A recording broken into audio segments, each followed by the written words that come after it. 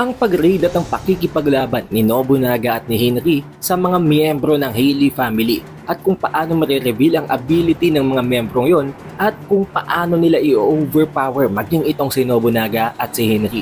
Huwag niyo kalimutang mag-iwan ng like, mag-subscribe at i-ring na din ang bell button guys para automatic ma-notify kayo pag release natin ang susunod na video at i-follow niyo na din ang ating official Facebook page. Kaya naman huwag na nating patagalin pa, let's go! Ang title ng chapter na ito ay Eviction at makikita natin dito guys na matapos kang i-open ni Henry at nitong si Nobunaga ang final door na nakita nila sa loob ng chamber na tineleporta nila matapos nga nilang magpahuli sa trap ay may nakita silang parang kung ano-anong mga gamit sa loob nito. Hindi lang yun, chinek pa nilang mga gamit na yun at dito nila na figure out na kahit walang tao na present sa room na yun, may kagagamit lang ng room na yun. Dahil napaka-obvious daw, ang state na iniwan ang mga gamit sa loob nito ay kitang-kita na kagagamit lang recently. Kaya may gumamit ng room na to kani-kanina lang na dahilan kung bakit naisip nitong si Nobunaga na pumalpak sila. Meron silang miscalculation sa ginawa nilang plano. Dahil nabanggit nga guys ni Nobunaga sa previous chapter na kaya nga daw ang dahilan kung bakit nilagyan ng kandado, kung bakit nilock ang room sa bathroom para magsilbing countermeasure kung sakaling basagin o wasakin nga ng isa sa mga intruders ang dingding na nagse-separate sa room 3101 at sa room 3102. Ngayon, nangangahulugan lang yon na ina-anticipate talaga ng Healy na may possibility na yun ang gagawing daan, yun ang wawasakin ng intruders para mapasok ang room 3101. Na nangangahulugan lang din na kung alam nila yon, then most probably ang mga nasa adjacent o ang mga katabing bahay, ang mga katabing residents ng room 3101 ay nilagyan din nila ng mga miyembro ng Healy family. Meaning, ang hostage na nakuha nila kanina ay hindi talaga isang inosenteng hostage. Maaaring miyembro yon ng Healy family at dahil nga sa pinauna nila yung papasukin sa trap, nauna yung makarating dito sa chamber at nagawa nung mailik ang information na i-infiltrate pala sila ng spiders. Dito pa nga ay naitanong ni Henry dahil hindi naman siya aware na may nakuha palang hostage itong sila Nobunaga sa room 3102. Dahil nakita naman natin guys na dumating nga itong si Henry ay matapos ngang ipasok din nitong si Peyton ang isa sa mga miyembro ng Char family. Kung nakarating sana si Henry doon, baka nakagawa pa siya ng ibang plano. Kaya naman dito ay nasabi nitong si Nobunaga na palpak daw talagang ginawa nilang plano. Most probably, sa ginawa nilang pagkakamaling yun, mas lalo pang nakapaghanda ang Healy sa pagdating nila. Na at first, sinabi naman itong si Henry na oo, may possibility daw na totoo ang sinasabi ni Nobunaga. Dahil unang-una sa lahat, kahit na ang mga bloodstains ay medyo hindi pa katagalan, walang fresh bloodstains dito na nangangahulugan na hindi pinatay ang hostage na yon na pinapasok nila Peyton sa loob ng trap. At wala din silang nakitang kahit na anong bakas ng dugo maging sa autopsy table. Pero meron din naman daw posibilidad na pwedeng ang taong yon ay na-restrain muna at inilipat nila sa ibang room, sa ibang chamber. Dahil pwedeng ang maging priority nila as of the moment ay hindi ang pumatay, kung hindi ang pumiga ng information sa kanilang mga target. Idinagdag pa nitong si Henry na hindi din naman daw mawawalang possibility na pwedeng ang naging plano, ang naging protocol ng mga miyembro ng Healy family ay kung sakaling ang neighbor na yon, ang kapitbahay nilang residents ay makapasok sa loob ng kanilang chamber ay agad silang lilikas, agad silang aalis sa chamber na ito dahil nangangahulugan lang yun na na-infiltrate na ang kabilang room at susunod na ang room nilang ito. Ayon din dito kay Henry, yun ang pinakamaganda at pinaka-safest na choice para sa Healy family. Kaysa naman maglagay sila ng isa sa kanilang mga miyembro sa kabilang bahay na yun para mamatay at para magsilbing sakripisyo. Dahil dito napaisip itong si Nobunaga habang sinasabi kay Henry na nire-reassure daw ba siya nitong si Henry para hindi siya mamroblema at para hindi siya magsisi sa kanyang mga ginawang desisyon. Kasi nagot naman ni Nobunaga na wag daw mag-alala si Henry dahil kalmadong kalmado daw siya ngayon. Na sinagot ni Henry na okay lang, hindi naman daw siya nag-aalala. At dito nga guys ay na-reach na nila ang final na pinto, ang pinakahuling pinto na hindi pa nila nabubuksan. Sinabi pa nga dito ni Nobunaga na ito talaga ang kanyang hinihinala na ang pinakamagiging entrance nila papasok sa hideout. At sa pagbukas nila ng pintong ito, dahan-dahan ang ginagamit ni Nobunaga ang kanyang net para magsilbing preparation in case nga na may mag-surprise attack sa kanila sa pagbukas ng pinto. At nang mabuksan nitong si Henry completely ang door na to, napakaraming mga miyembro ng Healy family ang nag-aantay sa loob, nakaupo sa nag-iisang napakalaking table at nagkwekwentuhan. Dito pa nga'y wala silang pake, para bang wala silang pakialam na bigla na lamang may nakapasok na intruder. Habang nakatitig at nakatulala si Nobunaga at si Henry sa mga miyembrong ito ng Healy family, talagang wala silang pakialam guys. Nagkwekwentuhan sila at may sarili-sarili silang ginagawa sa buhay na para bang wala talaga silang nakikita. Hindi man lamang nila binibigyan ng kahit na konting atensyon itong si Nobunaga at si Hinari na para bang kahit makapasok sila, walang pakialam ang mga membrong ito ng Healy. Na dahilan kung bakit ang pinakaunang pumasok sa isip ni Nobunaga at nitong si Hinari is that ang dahilan kung bakit ganito sila ka-nonchalant.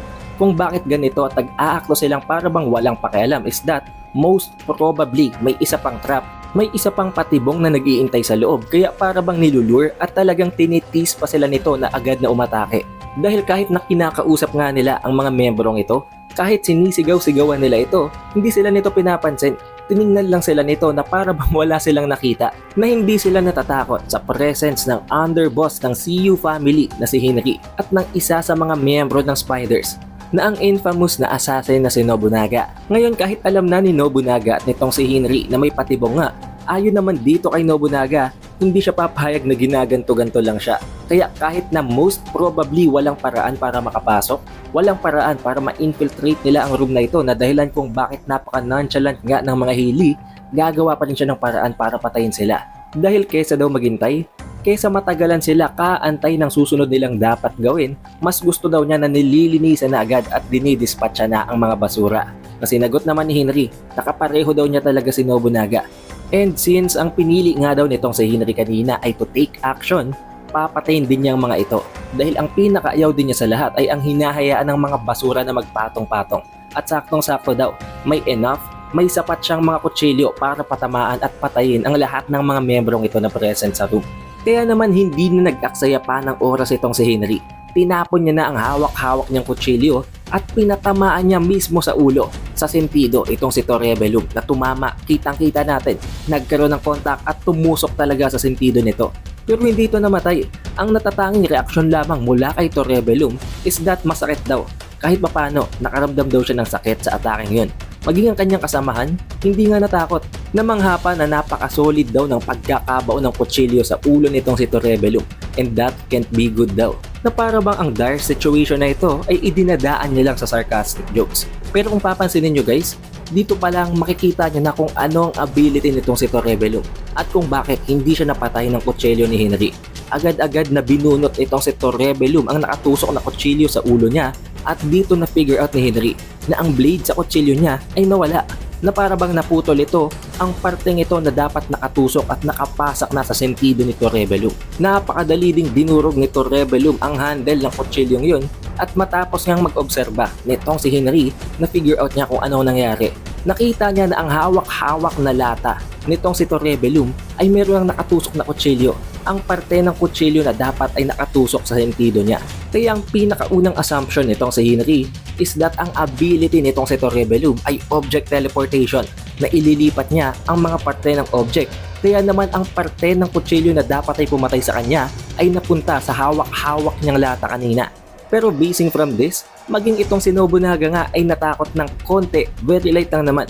Dahil ayon sa kanya, counter agad yon sa kanyang ability. Dahil paano nga niya magagamit ang katana kung hindi niya yun mapapatama sa target niya na to. Pero dahil na nga sa nagsimula agad ang laban, tumayo ang kausap nitong si Torebellum habang pinipigilan siya.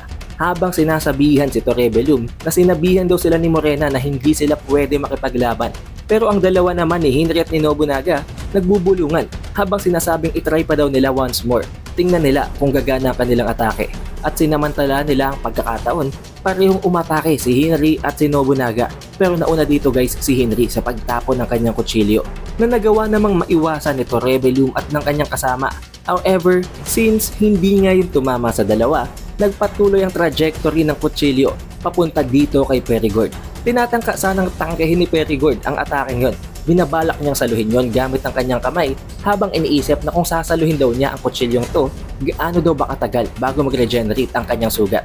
Buti na lamang pinigilan niyo ng katabi niyang isa pang miyembro ng Healy habang hinaharangan yon gamit ang kanyang sariling aklat. At dito na nga guys, nagkagulo ang mga Healy members habang itong si Torebellum pinagsasabihan ang kanyang kasama na biglang humawak sa kanya habang sinasabi na tandaan at huwag daw aalisin sa kanilang isip na delikado na hawakan siya. Ito namang si Perigord, pinagsasabihan din ng sumalag sa kutsilyo na napakatanga naman daw nito. Hindi porket may ability daw siya ay basta-basta lang siyang sasalo ng mga atake. Now dito guys, makikita natin na hindi talaga sila nakakaramdam ng takot kay Hinari o maging kay Nobunaga. At ang ugali nila na napaka-weird, napaka-psychotic ay nagbibigay pa sa kanila ng advantage para manatiling kalmado kahit na nandito nga ang dalawang napakalaking threats na sila Nobunaga at Hinari.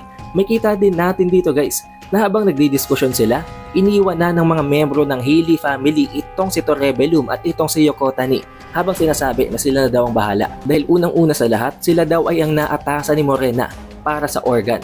Kung anong organ na yon, hindi pa natin alam guys pero narinig na din natin yung sa previous chapter na may iilan sa mga membro ng Healy family na binigyan ng function ni Morena na sila daw ang mag-handle ng organ.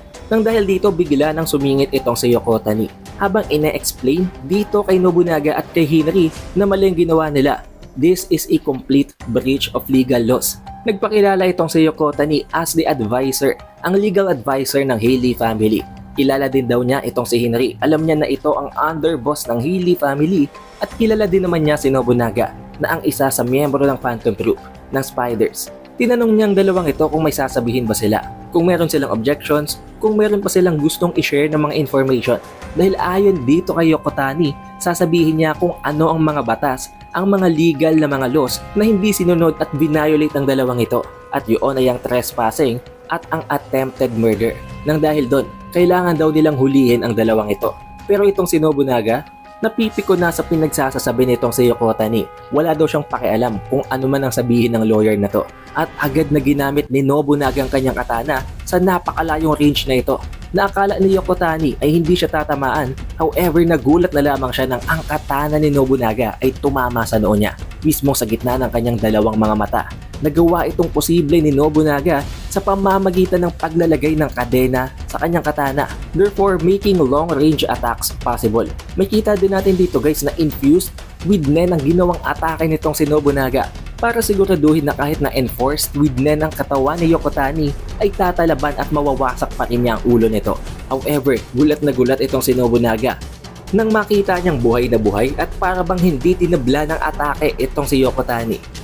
Pero kahit papano, it was advantageous para sa kanila dahil na-figure out niya kung ano ang ability ni Torebellum. Habang hinihila at hinahatak niya pabalik ang kanyang itinapon na katana, sinabi niya na alam niya na kung anong ability ni Torebellum. Alam niya kung paano yung napupull off ni Torebellum. Sa pamamagitan daw ng ability nito, nagagawa niyang i-transfer ang damage. Gamit ng kanyang kanang kamay, kaya niyang higupin ang damage at ang kanyang kaliwang kamay, kaya niya namang ilipat ang damage sa kung anong object ang nakahawakan niya doon. Na para bang ang kanyang kanang kamay ang damage absorber at ang kaliwang kamay naman niya ang damage releaser.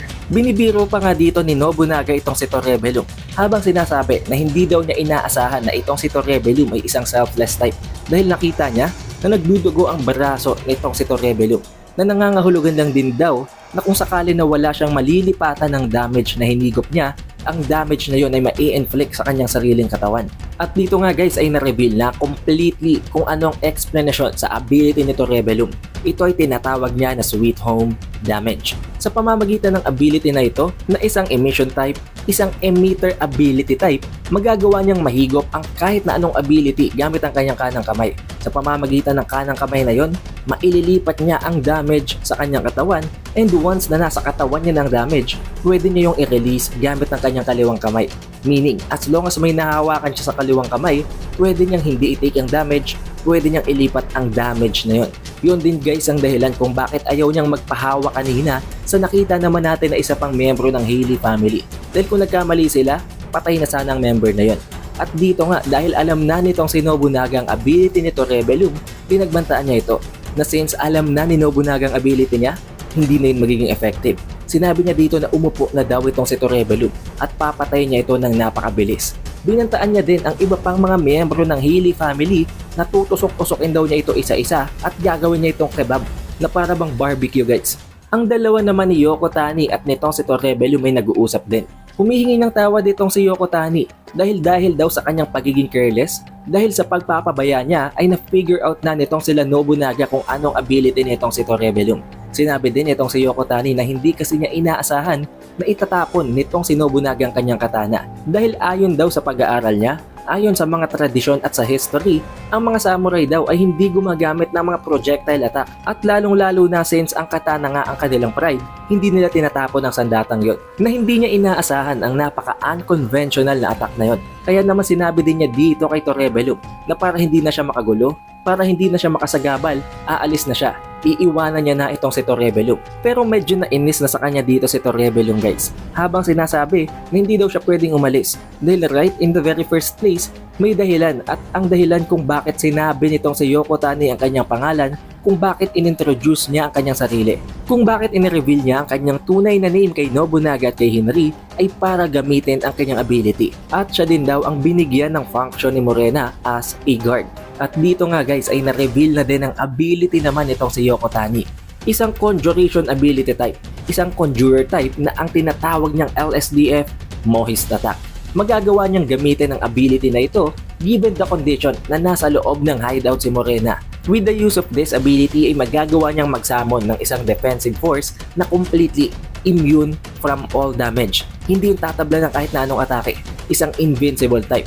However, para mabigyan ng kaangkop or fear exchange ang ability na yon, ay hindi din naman ito magagawang makapag-deal ng damage sa kanyang mga kalaban. Magkakaroon daw ng level from 1 to 5 ang level ng defensive force na ito, depende sa sentencing ng criminal, depende sa bigat ng criminal acts na ginawa nila. And then makikita nga natin guys na isinamon na nitong si Yoko Tani ang kanyang defense force, ang para bang mga army of robots na kung saan meron niyang nakasulat na number 4 sa kanilang ulo. Sinabi dito ni Yoko Tani na ito ang caution level 4 dahil na nga sa mabigat na din ang ginawang kasalanan ni Nobunaga na attempted murder.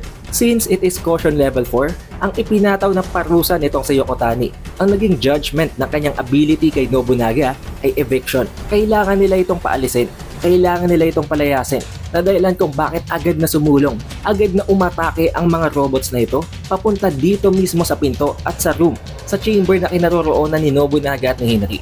Sinubukang atakihin ni Nobunaga ang mga robots na to, however as you can see, walang epekto yon. Dahil alam naman natin guys na ito nga ay immune in all types of damages. Dahil doon, mas lalo pang tumaas ang level ng mga defense force. From level 4, naging maximum level na ito na level 5. Dito na nagsimulang kabahan si Nobunaga habang sinasabi at iniisip sa kanyang sarili na hindi ito tatablan ng kahit na anong atake. At matapos ngang ginawa niyang pag-retaliate na yon, matapos niyang atakihin ang isa sa mga defense force, ay mas lalo pang tumaas ang aura nito. Dahil dito binantaan niya na agad si Hinri. Sinabi niya kay Hinri na hindi ito tatablan ng kahit na anong atake. Ang defense force na ito ay isang invincible type. Kaya sinabihan niya si Hinri na umurong. Lumayo daw si Hinri mula kay Nobunaga dahil hindi nila ito magagawang pigilan.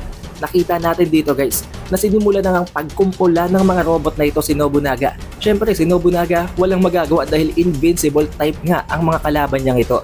Nagawa nitong ma-confiscate maging ang kanyang katana nang walang nagagawang kahit na anong pagkontra itong si Nobunaga.